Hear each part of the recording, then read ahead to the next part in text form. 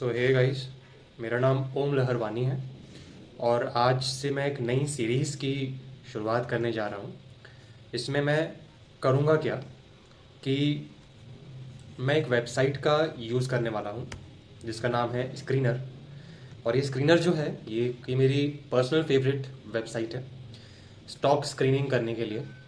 और आज हम और आप सीखेंगे, मतलब मैं भी सीखूंगा कि कैसे जो भी फंडामेंटल एनालिसिस होता है, क्योंकि मैं स्ट्रांगली बिलीव करता हूँ कि पैसा लंबे समय में बनता है, कम समय में लॉटरी ही लगती है। और मैं इस चीज़ को मानता हूँ, इसलिए मैं फंडामेंटल एनालिसिस पे ज़्यादा बिलीव करता हूँ। पर टेक्निकल एनालिसिस को भी मैं पूरा इग्नोर नहीं करता। जब भी स्टॉक की एंट्री होती है, जब भी मुझे स्टॉक खरीदना होता है या बेचना होता है, तब टेक्निकल एनालिसिस भी काम आता है। पर होल्ड करने के लिए जो कॉन्फिडेंस चाहिए वो हमें फंडामेंटल एनालिसिस से मिलता है। तो ये जो एक वेबसाइट है स्क्रीनर, इसकी खास बात क्या है, इसमें कोई भी ऐड नहीं आती, फ्री में एक अकाउंट खुल जाता है। और आज मैं वन बाय वन देखते चलेंगे कि इसमें क्या क्या फैक्टर्स हैं और कैसे कैसे हमें जो भी हमारा स्टॉक है या जो शेयर है उसके बारे में हमें कैसे कैसे इन्फॉर्मेशन मिल सकती है और उसका हम क्या क्या कर सकते हैं। तो अगर मैं फर्स्ट टाइम, और मैं उसको हमेशा कंटिन्यू रखूँगा उस शेयर को मेरे सारे पार्ट्स में, तो ये जो शेयर है वो है आईटीसी, जो कि एक मेरा फेवरेट शेयर भी है।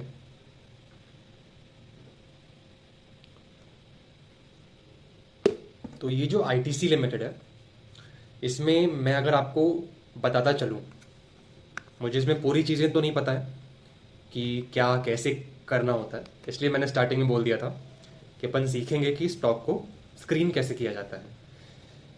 तो ये जो वेबसाइट है, इसमें जो भी डेटा आपको दिख रहा है, इसका अपन एक एक करके नीचे जाएंगे। एक पार्ट में ही ऑब्वियसली ख़त्म नहीं होगा, अगले पार्ट्स में, मतलब एक पूरा गो थ्रू हो जाएगा एक स्टॉक के बारे में। इसमें बहुत सारे फीचर्स हैं, बहुत कुछ है, और बहुत सारी इसमें बोल सकते हैं कि वेरिएबल्स हैं, रेशियोज हैं। उसका मतलब क्या है वो भी हम समझते हुए चलेंगे। मैंने सीए फाइनल का फाइनेंशियल मैनेजमेंट जो एक सब्जेक्ट है वो भी कंप्लीट कर रखा है, तो मुझे एक क्लियर हिंट मिल जाती है चीज़ों को लेकर कि यार कैसे चीज़ें वर्क करती हैं। फॉर एग्जांपल, आप जैसे देख रहे हैं ये जो मार्केट कैपिटलाइजेशन है और आईटीसी लिमिटेड है, ये इसका शेयर प्राइस चल रहा है। अभी तो मार्केट बंद है, तो 9 अगस्त को तो इसका ये है। और वहीं पे इसकी वेबसाइट जो है उसका भी लिंक दिया हुआ है, और बीएसई और एनएससी का भी दिया हुआ है। अभी अपन मार्केट कैप समझें कि मार्केट कैप क्या होता है। मार्केट कैपिटलाइजेशन मतलब क्या, इन सिंपल वर्ड्स, उस कंपनी ने जितनी भी आज तक शेयर्स इशू किए हैं, और जो एक्टिव शेयर्स हैं, एक्टिव शेयर्स का मतलब क्या है कि वो शेयर्स अभी तक कंपनी ने बायबैक नहीं किए हुए हैं, उनको नेट ऑफ करने के बाद जितने भी नेट शेयर अभी मार्केट में हैं, जो भी आप खरीद बेच सकते हो, उन नंबर ऑफ शेयर्स को आप आज की मार्केट वैल्यू, फॉर एग्जांपल जो 496 है, आप उससे मल्टीप्लाई कर दो, तो आपको उसकी मार्केट कैप पता चल जाएगी। इससे फ़ायदा क्या होता है, मार्केट कैप से फ़ायदा ये होता है कि आपको समझ में आएगा कि वो कंपनी कितनी बड़ी है। आपको एक हिंट मिलेगी कि ये कंपनी किस लेवल तक बढ़ी है। फॉर एग्जांपल, आप देख रहे हो यहाँ पे मार्केट कैप आईटीसी का कितना है, 6,20,017 करोड़।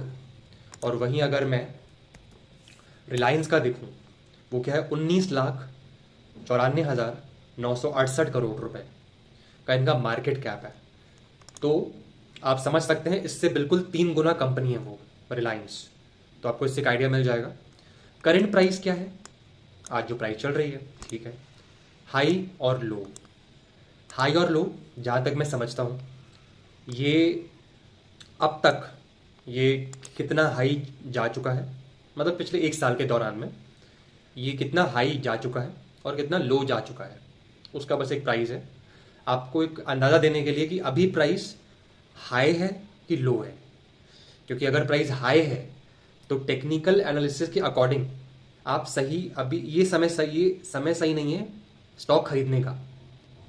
फंडामेंटल एनालिसिस जो अपन करेंगे अभी, या बेसिकली जो अपन ने भी स्टार्ट कर दिया मार्केट कैप से, उससे अपन को समझ में आएगा हाँ भाई स्ट्रॉन्ग कंपनी है, मार्केट टूटे फूटे कुछ भी हो इस कंपनी को कुछ नहीं होने वाला। ठीक है, अब जो है पर एंट्री लेनी है कि नहीं, क्योंकि ये स्टॉक तो बढ़िया है, पर अगर आपने 510 रुपए में अगर इस पर एंट्री ले ली और फिर स्टॉक उसके बाद नीचे जाते जाते जाते जाते अगर वो 400 भी टच किया तो आपको तो लॉस ही हो गया ना। भले ही कुछ रुपयों का लॉस हुआ पर वो रुपए इंटू नंबर ऑफ शेयर जो आपने खरीदे अमाउंट बड़ा बन जाता है। और अगला जो वेरिएबल है जो अपन को समझना है वो क्या है, स्टॉक का price to earning ratio. PE ratio मतलब क्या, प्राइस टू अर्निंग, मतलब प्राइस डिवाइड बाय अर्निंग। मतलब क्या, प्राइस मतलब क्या, मार्केट प्राइस जो आज चल रही है, और नीचे अर्निंग। अर्निंग मतलब क्या, अर्निंग पर शेयर। वो कैसे निकलता है, अर्निंग पर शेयर जो होता है वो ऐसे निकलता है कि कंपनी ने जो भी प्रॉफिट कमाया उसमें से सब कुछ अपने लोन वोन का इंटरेस्ट चुकाने के बाद, टैक्स चुकाने के बाद जो उसके पास पैसा बच गया, उस पैसे को उसने अपने नंबर ऑफ शेयर से डिवाइड कर दिया, तो अर्निंग पर शेयर आ गया। तो वो अपन डिनोमिनेटर में रखते हैं और ऊपर अपन प्राइस, मार्केट प्राइस पर शेयर जो कि 496 है वो रखते हैं। अब इससे अपन को क्या पता चल रहा है कि भाई कंपनी ने फॉर एग्जाम्पल एक साल में अगर 15 रुपए एक शेयर पे अर्न करके दिए, अर्निंग करके दी, प्लस जो उसका जो एक साल में उसने अर्न करके दी वो कितना था, 15 रुपीज, पर जो उसका मार्केट प्राइस है वो कितना है, वो 496 है। तो अगर आप समझोगे तो आप समझ सकते हो 496 डिवाइड बाय 15 फॉर एग्जाम्पल, तो इसका स्टॉक पी कितना है, 33 टाइम्स। ये टाइम्स में निकलता है। टाइम्स मतलब क्या होता है, टाइम्स मतलब ये कि मेरी जो अर्निंग पर शेयर है उसके कितने गुना पे शेयर चल रहा है।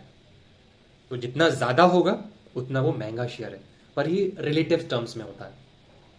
फॉर एग्जाम्पल अगर किसी का मार्केट जो उसकी अर्निंग पर शेयर है वो 2 रुपए है और वो 30 गुना ज्यादा महंगा है, मतलब क्या, 2 इंटू 30 60 रुपए। तो ठीक है, मतलब क्योंकि उसकी अर्निंग कम है तो उसका पीई मल्टीपल जो है वो अगर 100 रुपए भी हुआ तो शेयर की प्राइस 200 है, मतलब ऐसा। अब अगली बात जो अपन करते हैं वो क्या है, वो है बुक वैल्यू।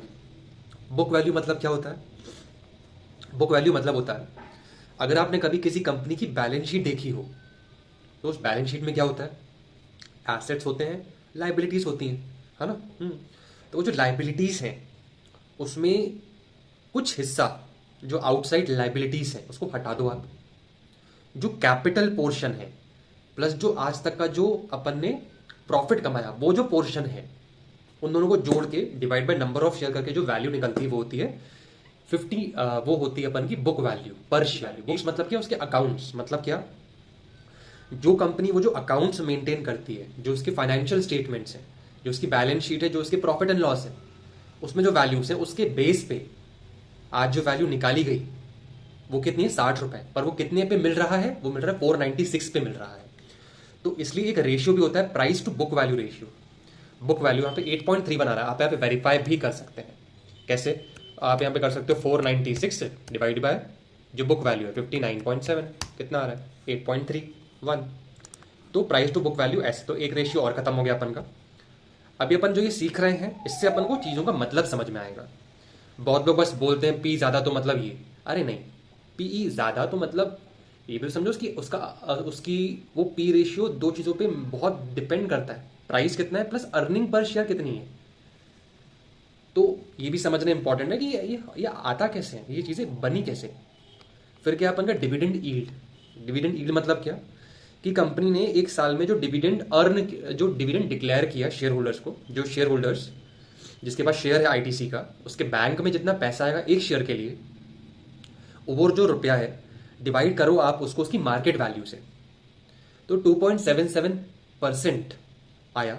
इसका मतलब क्या है, इसका मतलब ये है कि एक साल के दौरान में 496 का 2.77% मतलब 13 रुपए और 72 पैसे, 73 पैसे रुपए का उसने डिविडेंड दिया। ठीक है, ओके, समझ में आ गया। अब ये क्या चीज़ है, रिटर्न ऑन कैपिटल एम्प्लॉयड। ये क्या चीज़ होती है, रिटर्न समझ में आ गया, ऑन ठीक है, कैपिटल ठीक है, एम्प्लॉयड ये मतलब क्या। इसमें ये इस रेशियो का मतलब क्या है कि कंपनी में जितना भी पैसा लगा का मतलब क्या, जो शेयर्स हैं, जो इक्विटी है, इक्विटी शेयर्स और बाकी जितने भी शेयर्स हैं वो, प्लस जो लोन्स हैं उन सबका कॉम्बिनेशन जो कंपनी में लगा, मतलब कंपनी ने जो लोन्स लिए, उससे अपना बिजनेस रन किया, उससे प्लांट मशीनरी खरीदी, उससे बिल्डिंग्स खरीदी, मतलब बेसिकली अपने एसेट मेंटेन किए, वो जो लोन्स हैं, सीसी लिमिट नहीं, जो लोन्स है लॉन्ग टर्म लोन्स हैं, प्लस जो जो आपकी कैपिटल का पोर्शन है उसको जोड़कर कंपनी ने उस पैसे पे कितना रिटर्न कमाया। मतलब क्या? हाँ, इसका मतलब यही है, फॉर एग्जाम्पल अगर मैंने 100 रुपए के लोन लिए, प्लस मेरा 80 रुपए का मेरा कैपिटल है जो मैंने इक्विटी शेयर रेस करके किया हुआ है, तो 180 रुपीज़ जो है उस पर मैंने कितना पैसा जनरेट किया, मतलब कितना परसेंट पैसा जनरेट किया। अगर मैंने 18 रुपए जनरेट किए, मतलब मैंने 10% का return on capital employ earn किया। फिर है रिटर्न ऑन इक्विटी, इसमें समझ में तो आ ही गया। वहां पे लोन्स प्लस कैपिटल था, यहाँ पे सिर्फ कैपिटल है। अब यहाँ पर रिटर्न ऑन इक्विटी है। इक्विटी का मतलब ये है सिर्फ इक्विटी शेयर होल्डर्स के लिए। मतलब क्या? जो पैसा इक्विटी शेयर होल्डर्स के लिए बच गया कंपनी में, उस पैसे को आपने डिवाइड किया इक्विटी से, equity capital of the company, उससे आपका रिटर्न समझ में आ गया। मतलब इसका मतलब क्या है कि कंपनी ने इक्विटी शेयर के कैपिटल के पैसे पे कितना रिटर्न जनरेट किया। तो रिटर्न ऑन कैपिटल एम्प्लॉयड और एक रिटर्न ऑन इक्विटी। इसमें जो एक खास बात अपन को, या जो मैंने सीखी है अब तक, वो क्या है कि अगर लोन आ जाता है, लोन के कारण क्या होता है ना, रिटर्न ऑन इक्विटी सही पिक्चर दिखा नहीं पाता। तो जब भी कंपनी में लोन हो, क्या हो, लोन हो, अगर मैं यहाँ पे लोन सर्च करूँ कि मुझे लोन देखना है कंपनी में कितना है, सिक्योर्ड लोन, अनसिक्योर्ड लोन, मुझे सिक्योर्ड लोन देखना है, प्लस मुझे अनसिक्योर्ड लोन भी देखना है। देखो, जो उसका सिक्योर्ड लोन है वो तो 0-0 है, ठीक है, मुझे अच्छा ही है, कंपनी में लोन नहीं है, डेट फ्री कंपनी है, ये भी एक अच्छा रेशियो, ये भी एक अच्छी चीज़ होती है कंपनी के लिए। और एक है अनसिक्योर्ड लोन। अनसिक्योर्ड लोन मतलब क्या? जो वो इंटरनली अपने भाई बंधुओं से लेती है कंपनी। मतलब क्या? जो उसके प्रमोटर्स हैं कंपनी के। अब प्रमोटर का मतलब क्या? जिसने कंपनी को बनाया, या जो शेयर है, या जो मेजर शेयर होल्डर्स हैं कंपनी के, जो एकदम टॉप पे बैठे हुए हैं, उनके जो भाई बंधु हैं, दोस्त हैं, रिलेटिव्स हैं, या कोई और है जिन्होंने प्राइवेटली पैसा इंसर्ट किया कंपनी में, वो कितना है, 303 करोड़ रुपए के बराबर। इस पे एज सच कोई फिक्स इंटरेस्ट नहीं होता है, तो हमें नहीं पता कि इस पे कितना इंटरेस्ट मिलता भी है कि नहीं मिलता है। तो ठीक है, एज सच कुछ नहीं है, क्योंकि इसकी मार्केट कैप के मुकाबले में ये कुछ भी नहीं है, तो ठीक है, अपन इसको इग्नोर भी कर सकते हैं। पर आपको ये ध्यान रखना होगा, जब भी लोन ज़्यादा हो कंपनी में, तो समझ लेना कि रिटर्न ऑन इक्विटी सही पिक्चर नहीं दिखा पाएगा, बिकॉज ऑफ लेवरेज। लेवरेज मतलब क्या? लेवरेज एक अलग कॉन्सेप्ट है। उसके कारण होता क्या है कि थोड़े से खर्चे में हमारा रिटर्न बहुत बढ़ जाता है। मतलब क्या? एक दूसरे एग्जाम्पल से अगर मैं आपको समझाऊं कि मैंने 1 करोड़ रुपए का घर लेने के लिए 1 करोड़ का लोन ले लिया, और मैं उसमें मंथली इंटरेस्ट दे रहा हूँ 2.5 लाख रुपए का, है ना। अब मैं उसमें नहीं, मैं उसकी जो मंथली ईएमआई है कितनी, 2.5 लाख रुपए। तो अगर अपन बात करें 2.5 लाख जो हो गए, फॉर एग्जाम्पल जो मैंने 2.5 लाख रुपए उसको मैं दे रहा हूँ इंटू 12, मतलब क्या, 30 लाख रुपए। अब जब वो 30 लाख रुपए है, उससे मैंने 1 साल का, मैं 1 करोड़ के घर में रुक गया मैं। अब इसका मतलब क्या है कि मेरा 30 लाख रुपए में मैं 1 साल में 1 करोड़ रुपए के घर में रहा। इसके ऑपोजिट क्या होता, मैं 1 करोड़ का घर अपने बैंक अकाउंट के पैसे से लेता। अब जब मैं वो अपने बैंक अकाउंट के पैसे से लेता, तो मेरे 1 करोड़ स्टार्टिंग में ही खर्च हो जाते ना। तो मतलब कि मेरे कम खर्चे में ज़्यादा प्रॉफिट बच गया। ये समझिए, ये इसका फील है एक, आप इससे फील ले सकते हैं इस कॉन्सेप्ट की। अगर अपन अभी अगले कॉन्सेप्ट पे चलें, वो क्या है, फेस वैल्यू। मतलब क्या, इस शेयर की एक्चुअल में फेस वैल्यू क्या है। मतलब फेस वैल्यू आप ये समझ सकते हो कि लीगल टर्म्स में स्टार्टिंग में ये शेयर कितने रुपए का था। ये वो वैल्यू भी नहीं है जिस प्राइस पे ये आईपीओ में आया था, ये वो भी नहीं है। आईपीओ जो, हाँ, आईपीओ जो आता है किसी कंपनी का, वो एक सर्टेन अमाउंट ऑफ प्रीमियम पे आता है ना। तो वो जो प्रीमियम का जो रेट है वो इस फेस वैल्यू पे और ये 1 रुपए का शेयर है, तो आप इसका प्रीमियम कितना मान सकते हैं। अगर ये 400 रुपए पे आ रहा है 1 रुपए का शेयर,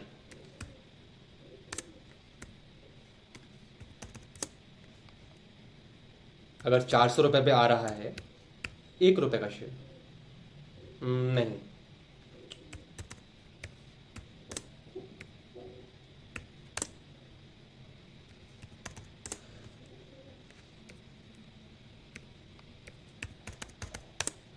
मतलब ये 39,900 गुना ज़्यादा महंगा मिला आज 400 रुपये की प्राइस पे, अगर इसका आईपीओ निकलता तो। ये बस एक आप समझ सकते हैं। ये क्या है, पीबी इंटू पीई रेशियो, मतलब क्या, आपने प्राइस टू बुक वैल्यू को इंटू प्राइस टू अर्निंग कर दिया तो 252 आ गया। इसका एज सच मुझे कोई मतलब नहीं पता कि क्यों गए और क्यों किया और इसकी नीड क्या है। Price to book value ratio तो डन है। डेट टू इक्विटी रेशियो जो है ये वो बताता है अपन को कि ये जो डेट है अपन का, लॉन्ग टर्म डेट जो है उसके मुकाबले, यहाँ बोल सकते हैं मैंने उल्टा बोल दिया, जो इक्विटी है अपन की, इक्विटी मतलब क्या, शेयर होल्डर का जो पैसा है वो प्लस जो आज तक प्रॉफिट कमाया वो, उसके मुकाबले कंपनी ने लोन कितना लिया, सिक्योर्ड लोन कितना लिया। तो कंपनी ने फॉर एग्जांपल अगर शेयर होल्डर ने और जो आज तक के रिजर्व्स हैं उन सबको मिला के अगर आज कंपनी में 1 लाख करोड़ होते और कंपनी ने अगर 50,000 करोड़ रुपीस का डेट लिया होता तो ये रेशियो कितना आता, देख लेते हैं। 50,000 डिवाइड बाय 1 लाख, 0.5, और इतना वो ले सकती है पर उसने अभी तक लिया नहीं है। ठीक है, नेक्स्ट जो है वो है करंट रेशियो। ये कि जो करंट रेशियो ये अपन को बेसिकली ये बताता है कि जो कंपनी का जो वर्किंग कैपिटल का मैनेजमेंट है वो सही है कि नहीं है। बेसिकली करंट रेशियो अगर 2 है तो वो सही होता है, पर ये भी इंडस्ट्री पे डिपेंड करता है। पर जनरली हम जो जनरल पार्लेंस में मानते हैं कि यार 2 है, और आईटीसी भी एक एफएमसीजी कंपनी है, fast moving consumer goods company है, तो हम मान सकते हैं कि चलो ठीक है ये भी गुड्स में डील कर रही है, ठीक, कोई ऐसा कुछ स्पेशल नेचर नहीं है कंपनी का, ठीक है। तो 2 है, इसका फॉर्मूला होता है current assets upon current liabilities, ठीक है। यह है क्विक रेशियो, मतलब क्या, जो करंट रेशियो है वो कैसे निकलता है, current asset upon current liabilities. Quick ratio कैसे निकलता है, quick assets upon current liabilities. दोनों का डिनोमिनेटर तो सेम है, जो उसका न्यूमरेटर है ना क्विक रेशियो, वो क्या है, क्विक एसेट्स। मतलब क्या, ऐसे करंट एसेट्स जो कि क्विकली कन्वर्ट हो सकते हैं कैश में। मतलब क्या, डेटर्स जो अपन करंट एसेट में लेते हैं, मतलब वो बंदे जिसको अपन ने उधार में माल बेचा है वो भी अपन के करंट एसेट का हिस्सा है, पर उससे क्विकली पैसा नहीं आता, हो सकता है वो बैंकरप्ट हो जाए। और वहीं कुछ ऐसे भी चीज़ें होती हैं करंट एसेट में जैसे कि कैश, उसको अपन यहाँ पे ले लेंगे ऊपर। तो ये भी 1 होता है, 1 के आसपास होता है, तो इसको अपन बढ़िया मानते हैं। नेक्स्ट है अपन का प्रमोटर होल्डिंग। ये एक बहुत इंपॉर्टेंट रेशियो है। इसमें आप ये समझ सकते हो जो इसकी प्रमोटर होल्डिंग है वो 0% है। मतलब क्या, जिस प्रमोटर्स ने इनको बनाया इस कंपनी को वो आज इसका 1% होल्ड नहीं करते हैं। इसका रीज़न आई डोंट नो। और जो मेजर शेयर होल्डर्स हैं वो कोई और हैं, प्रमोटर्स नहीं है। वैसे देखा जाए तो एक कंपनी सिलेक्ट करते समय एक ये भी बहुत अच्छा, एक बहुत इंपॉर्टेंट क्राइटेरिया होता है कि कंपनी में प्रमोटर की होल्डिंग कितनी है। इससे अपन को ये समझ में आता है जिस बंदे ने इस कंपनी को बनाया उसका कितना विश्वास है इस कंपनी को लेके आज भी। ठीक है,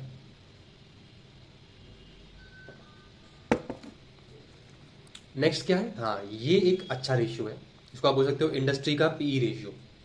मतलब क्या, ये क्या था, ये था अपन का स्टॉक पीई, मतलब क्या, आईटीसी का पीई।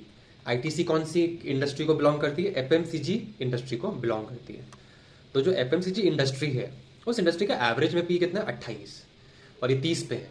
तो ऐसा बोलते हैं कि अगर 28 है और वो अगर इंडस्ट्री के पी से ज़्यादा वैल्यूएशन पे, ज़्यादा पीई पे मिल रहा है, मतलब इंडस्ट्री के पीई से ज़्यादा पीई उसकी वैल्यू है शेयर की, तो मान लेना कि वो थोड़ा ओवर वैल्यूड है, पर इसमें ज़्यादा डिफरेंस अभी है नहीं, and it's okay.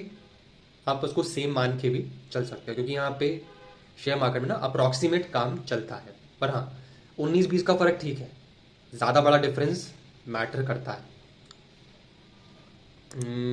Industry PB value, no idea. जो मैं बोल रहा हूँ जो मुझे भी आइडिया नहीं है, मैं इसको अगले वीडियो में कवर करता हुआ जाऊंगा। ओके, सिक्योर लोन आपको पता ही है।